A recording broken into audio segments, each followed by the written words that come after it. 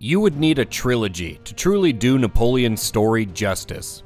The first film would cover the revolution and how Napoleon Bonaparte used this as a ladder to rise to power in France, so you can understand the climate that gave birth to and molded the emperor-to-be. The second would cover the Napoleonic Wars and show how he brought Europe to its knees as the French Empire spread across the continent. And the third would cover his fall from grace, both as a leader and in his personal life. That's what you would need to portray Napoleon's life and really capture what a prominent, influential figure he was in Europe's history. Suffice it to say that you can't properly tell his story in one movie, but you can get a hit piece done in one movie, and that's pretty much what we got in Napoleon. From a tilted focus on all of Napoleon's lowest moments, to a character portrayal that completely belies who the man was, Ridley Scott's Napoleon biopic is a disjointed mess that feels more like a PowerPoint presentation hit piece than a movie. But we'll break down where it all went wrong and whether or not the positives of the film managed to save the film later in the video. First, we have to get in a quick recap of the movie, so here's your warning shot. Spoilers ahead. After first meeting Napoleon as he watches Marie Antoinette's royal head getting lopped off in front of the mob, we jump around between the various events that helped define Napoleon's early career. Eventually, he finds himself risen high amongst the military ranks at a young age, which you would be forgiven for not noticing given Joaquin Phoenix's age. Then he meets a gold-digging whore named Josephine, who does absolutely nothing, but still ends up winning Napoleon's complete obsession. The movie spends the next 87 minutes showing Napoleon licking the very ground she walks on, and furiously humping her, interspliced with scenes of him losing his temper and her sleeping with any man who wanders into her field of vision. Occasionally, we jump to an important historical event or battle, but we always quickly return to Josephine's feet, where we are certain to find Napoleon groveling. Once the movie has to leave the whole Josephine thing behind because, well, she did this inconvenient thing called dying, we go straight to Napoleon's blunder-filled showing at the Battle of Waterloo that finally put the dictator out of commission. He's sent to the Isle of St. Helena, where he falls over out of his chair and dies. The end. Well, we've reached that point in the video where we have to decide if this movie was a great watch or a hate watch. And this one is getting a hate watch from us. Napoleon was not a completely awful movie, but put up against what this movie could have been, and taking a step back and seeing what the creator's intent was with this film, it's absolutely a hate watch. This was not the Napoleon biopic we deserved. Rather than getting a dramatized look at who Napoleon was and what he did to still be celebrated and reviled today, we got a 2.5-hour hit piece that should have been called Napoleon the Cuck. Because half of this movie was focused on Napoleon literally getting cucked by his wife Josephine, and the other half was just about the very few times he was cucked on the battlefield or in politics. The Napoleon shown in this film had to have his mom score chicks for him, and at one point the Emperor of France yanked his hat down over his face and was hiding under it before screaming into it. No time was spent on his rise to power, his reformation of French society, or him rallying sworn enemies to his cause. But ample time was spent on the abdication of his throne and his exile, his defeat at the Battle of Waterloo, and of course the train of men that was running through his wife. And all the while, Napoleon is portrayed as a whiny, unhinged, awkward buffoon. The British propaganda about Napoleon's height that persists to this day wasn't enough apparently, as this movie set out to portray him as an even smaller man. The movie even ends with a running tally of how many men died under Napoleon's command, like no other country ever led young men to their deaths like Napoleon did. The vast majority of Napoleon's unrivaled military career, his motivation for going to war with Europe, even his rise to power in the first place, these were all thrown out of the window in favor of watching Napoleon grovel at the feet of his wife Josephine. And too many times this groveling culminated in some horrendously cringy romantic or sexual scene. This movie would have been more aptly named Josephine anyway, because we spent about half the time on Napoleon's whorish wife and his obsession with her. And this whole movie feels more like a retelling by a jilted lover than a fair historical assessment. In real life, Napoleon was fairly obsessed with Josephine, and she absolutely was a documented whore, but the matter is not worth spending half a movie about Napoleon on.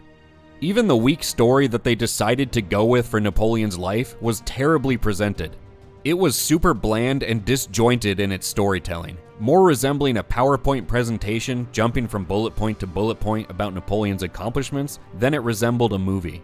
Except, of course, when it came time for Napoleon to assume his role as a whimpering dog at the feet of Josephine, his cunt, Inuine source of inspiration. The movie seemed to have plenty of time to really flesh out how much of a loser cuckold Napoleon was. Every other pivotal moment of Napoleon's life, like his ascension to consul and his coronation, felt like they were begrudgingly shoehorned into the script, like the creators knew they had to include these things, but didn't want to distract us from the important scenes where we see all the different positions Napoleon got cucked in. And when we did get scenes of Napoleon's accomplishments, there's no context or anything leading up to them. There's no understanding of what was accomplished, what was overcome, or why we should care. So nothing about his life as shown here elicits even a hint of emotion. In fact, if you try and piece together his story based on this movie, Napoleon's life makes no sense. Why are people letting this little bitch lead the country? Why are people fighting for him?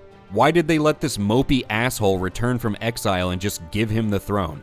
Why are these soldiers simply changing sides and joining this loser?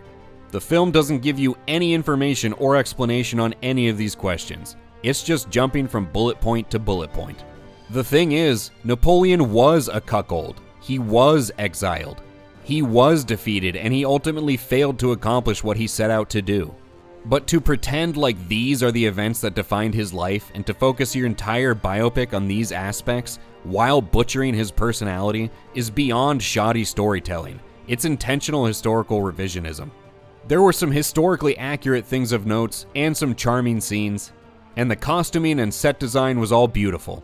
The few battle scenes there were all great and well shot and seemed to use a lot of practical effects, which are always preferable, but the scenes didn't do anything new or particularly impressive.